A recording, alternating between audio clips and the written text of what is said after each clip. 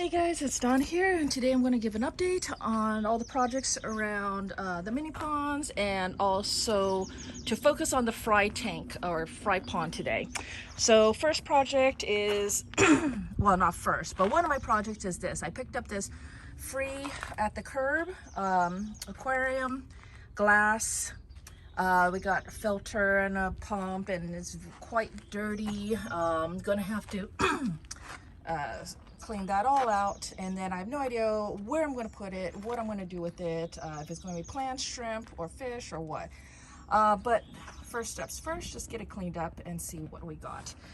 Second thing is I got the Aqua Quartz pool filter sand.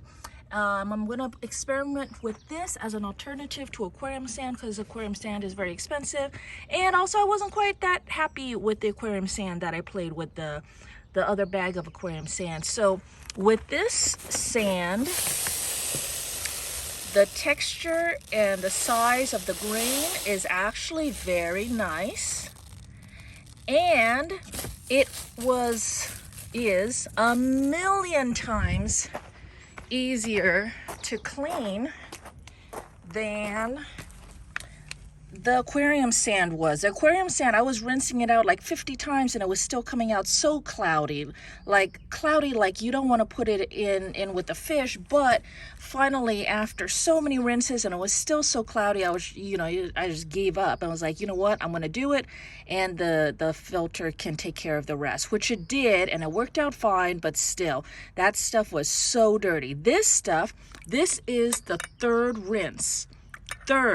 And even the first rinse wasn't that much dirtier than this.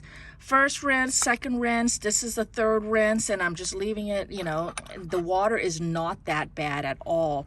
And this is quite a bit of sand in here. So I'm really happy that it is a lot easier to clean. It came out clean from the get-go, and it's really nice. So I don't want to use sand as a substrate all over, because for me it's harder to maintain it. I can't gravel vac. I want to just gravel vac, and gravel vac is going to just suck up all of this. It can foul up your filter, all sorts of stuff. So I don't want sand as a thing, but I do recognize that a lot of my fish love the sand. Some of them love to burrow in it. Some of them like to just rub up against it. It feels nice. Makes a great bed to sleep on. It makes it so in my feeding bowl, I put the sand in there because a lot of my cleaner fish have the barbels, the little whiskers that come out, and the rocks can damage their barbels, or barbels, I don't know if I'm saying that right, but the sand is nice on their barbels, and they go and sift through the sand and look for uneaten food and stuff, and that's something that they like to do. So I like to provide sand for them to be able to do all of these activities that they love sand for, but still not have to do it. So in my with the feeding dish, I actually just lift that entire dish out, and then I gravel vac, and then I gently lower that sand back into there, and it all just is really easy to lift out, easy. Also in the pots, what I do is I'll put some rocks in the pot, and then I'll put the sand in the pot, and I'll probably have about this deep of a sand. I don't want too deep of a sand because it can trap gases and stuff. And all that. But anyway, so not too deep, but still deep enough for them to play with the sand and then I'll stick a root tab if the plant needs a root tab in there, give it nutrition, because especially the pool filter sand is inert. So there's no nutrients or anything for the plants, and the nutrients from the pond water can only sink in a little bit. So anyways, root tabs. So the other project I have is this. When I went to the Plant City koi, it's a fish store in Pomona, he had this plant out, and I was like, what is this? And can I have some? He said, I don't remember what it is. And it's actually, he said, the water hyacinths, the water lettuce, these guys, they'll all die off in the winter. And so, you know, it's no use getting it. But I was like, well, I would love to try if you don't mind. And I was expecting him to just give me a, you know, maybe a small little bit or something. He pulls out this huge thing and he's like, oh, is this good enough? And I was like, oh yeah, that's amazing, thank you. So what I've been doing is, since I don't know what this plant is and all that, I put it in this tub, I rinsed it out a little bit, and then I cut off some little bits. And I was like, okay, I think I can do this.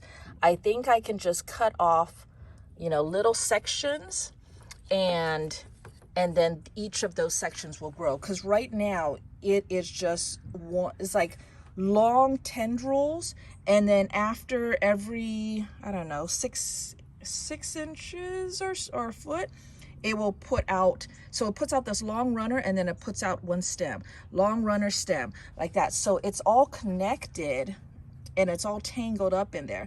So the test is, okay, if I just cut where the roots are on either side of the runner, is that gonna be okay? And so far I have a few in this corner here that I've done that to, and they seem to be absolutely fine. They're like not even traumatized or anything. They don't even care. So if it continues to be like that, and that's fine, then that's what I'll be able to do with this. I'll cut it to manageable sections, and then figure out how to plant them, what they like, what substrate they want, and stuff like that, and then try to keep these so that they don't die off over the winter. So for this, no real update. Everyone's doing well in here. Hey guys, there's my koi getting big. Do you remember him in the fish trough? These are those are shabunkins, but spot there, that's a feeder goldfish. That's a feeder goldfish, like common feeder goldfish. And then these guys are the Rosy Red Minnows. But they are getting big already. These guys grow so fast. So still pretty empty in here, because no one's quite ready to go in there yet. Everyone in here is doing really well. And we got some new ones. The new fantails are adjusting. Victoria with the black is doing really well. I was worried about her because she wasn't that healthy when I got her, but she is looking happy now. So I'm really excited and happy about that. Everybody is. Blue over here, the new blue Molly, is looking happy. Mochi, the little Molly down there with the black on the head, is doing good. Don't forget Cheeto. Oh, Cheeto? My daughter's saying, don't forget Cheeto. Where is Cheeto? I don't see Cheeto. Cheeto is a small... I know, but where is she? I don't see her.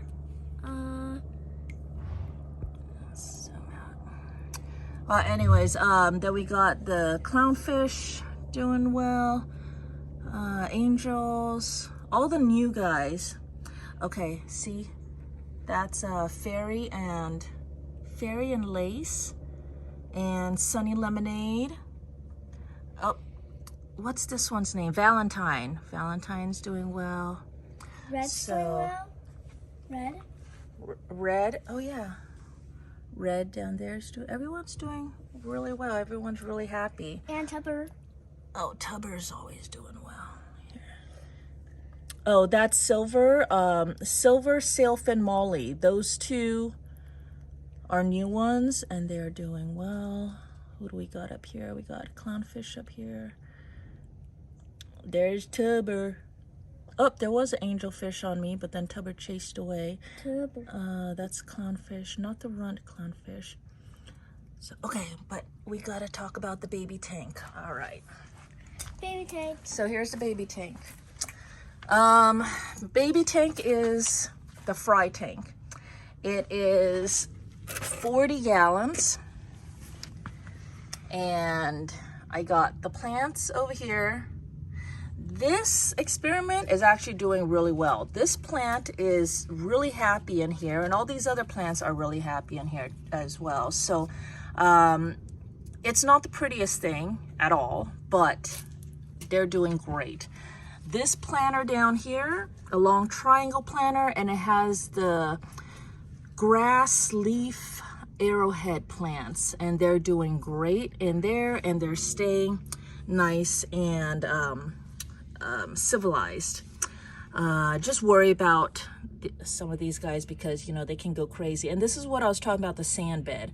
So I'll plant the plants in there, and then I'll leave an area of the sand bed available for people. That over there is a piece of carrot, and they are going to town on the carrot. They love them. So these guys get cucumber. Well, everybody gets cucumber and carrots, and then we're gonna figure out what other veggies they like too. So fresh. This is a very simple filter, and I had to get a sponge foam to put on the intake to not suck up my babies, but it did suck up a shrimp, and yeah, there's shrimp and one fry, and I was really upset about that. So I'm trying the sponge filter. I'm not happy with this sponge filter, but mostly because I don't know, I don't feel like it cleans as well as this other one does. So I'm still experimenting with it. I plugged up the top there with that is pool filter, not cotton, pool filter rounds, and I stuffed that pool filter round thingy in there to prevent anyone from going down in there, because I know the snails will definitely go in there, shrimp will go in there, whatever, and I don't know, just keep it safe. But this one in particular, you are not able to hook up a line to the inside and sink an air stone inside of it. The lift, the power is not that great on it, so I just don't feel like it's doing as well of a job as that one.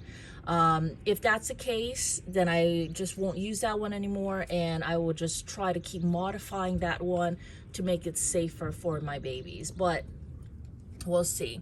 There's a heater in here. That big long thing is a heater, and of course plants. That is the nano air bubbler, which I like. And this is the remains of a whole bunch of cucumber skins and the ends of a cucumber. So they will eat all of this to the point that it's just the membrane left. They eat all of the outer skin, all of the inner skin, and this is just the inner membrane. And so this is how it works. I just clamp all of the skins. I eat the majority of the cucumber, and then I cut out pieces like the end pieces and all the skins. I clamp it onto here. The end pieces, I string it along this wire, and then I put that in there. So this is ready to be removed. There's like nothing left there for them to eat. And that is for the snails. The snails and also the babies. And the shrimp. And the shrimp, yeah. Over here we have a big mat of guppy grass and parrot feather and stuff like that. And the shrimp will be in there too. I don't see any shrimp right now. I don't even see, where are the mystery snails? They're all hiding. They like to come out at night. And the snails that I have are the pond snails, or sometimes they're called pest snails, but these guys are amazing. This one is very large. This is a nice big one, but I have several of these ones. And then I got ram's horn snails. Oh, look at this piece of carrot. So this is what happens. And then I do supplement. Yeah, I saw. This is a baby ivory mystery snail on this piece of carrot. I'm trying not to disturb their meal. I know I'm knocking them all off. Sorry, guys. I was trying to see if there's any ram's horns on here, and I don't see any ram's horns. Look, I think that snail is getting redder because of the carrot. So I want some purple mystery snails. Love the mystery snails. They are not good algae eaters. The ram's horn and the pond snail are really good at keeping plants clean. In fact, if I get a plant that is covered in algae, all I have to do is put that plant in here and these guys will clean it all up. Of course, they'll probably lay some eggs too and stuff like that. They want to keep going, but I don't really consider that to be a bad thing. I think that the snails are essential for this ecosystem. All right, so these are the babies that I pulled out because it'll be easier to see them out in this observation tank, hopefully, rather than in the tub where there's a lot of hiding places. But you can see how tiny they are. A lot of these are actually a lot older and almost ready to go into the big tank, but just not quite yet. So we got Molly babies, different mollies, balloon mollies and regular mollies, and then we also have Madako rice fish fry in here, and we also have the neon tetra. And see how tiny. My camera's having a really hard time focusing on these guys, but they are teeny tiny. They're Guppy Fry in here, and then some mystery fry. Like, I was shocked that I have neon tetra fry, and they are verified as neon tetras. The Madako rice fish is the platinum one. The mollies, you can really tell. The balloon mollies, you can really tell because they have the fat bodies and then the little tail, and also the way they swim. Now that bright orange one is a regular body type molly, and look how cute that one is. So that is definitely a baby, oops, balloon molly. Oh, my camera is just freaking out. All right, and then that's a guppy. That is a neon tetra fry. But the way that they move too, the very jerky movements. And I'll show you the parents. So these are my neon tetras, and I'm just surprised that they made babies. All right, we'll put these guys back. But these guys are a lot larger than when I first got them from the pet store. And apparently they are happy. When I looked up how to breed neon tetras, it was really complicated. It was stuff like you got to change temperature, they need colder, they need pH change, they need all this stuff, and you need to separate them. But they're just, you guys, look how hard it is to catch fish from my pond. This is how hard it is to catch fish. Come on, you guys. He's like, no, I don't want to go out. Come on, get out. So yeah, I was really surprised and just happy that the neon tetras are breeding on their own in this environment, because that is one of the things that tells me that this is a good home. The other thing that I do is, I sit out here, I count the fish, make sure that I have everyone that I'm supposed to have, like roll call. So I'll do that while I'm out here. And then I also watch their behaviors. Like I have a bunch of shells down there, and I want the shells to be right side up because it's pretty. I want to look at the pretty shell, right? But they like the shell that's turned over because of the opening.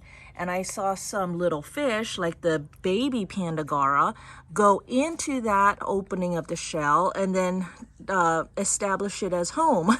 And then I was like, oh, well, I guess, oh, and then some other guys wanted the panda cory, the small little baby panda cory, then he wanted that to be his home. So then I was like, all right, hold on, you guys.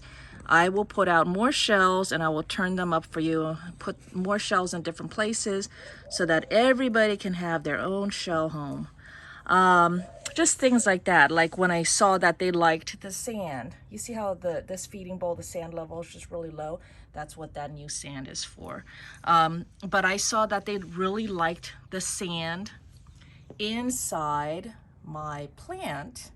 And so then I was like, okay, well, let's give you more sand. And then they really liked that. So I said, okay, let's give you more sand. So that's how the sand came about.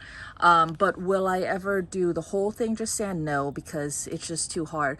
Even though it looks messy, I have a ton of pots and stuff in here.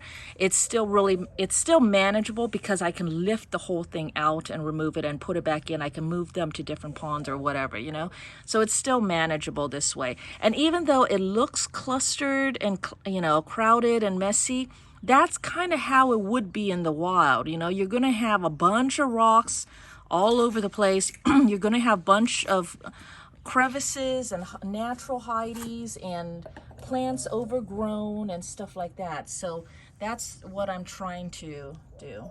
That's the large Pandagara on the sand. And my phone doesn't want to focus like that. All right, so there we go. That is the update, and thanks for joining us today. Please give me a like and subscribe if you could, and I will talk to you guys later. Bye. Bye.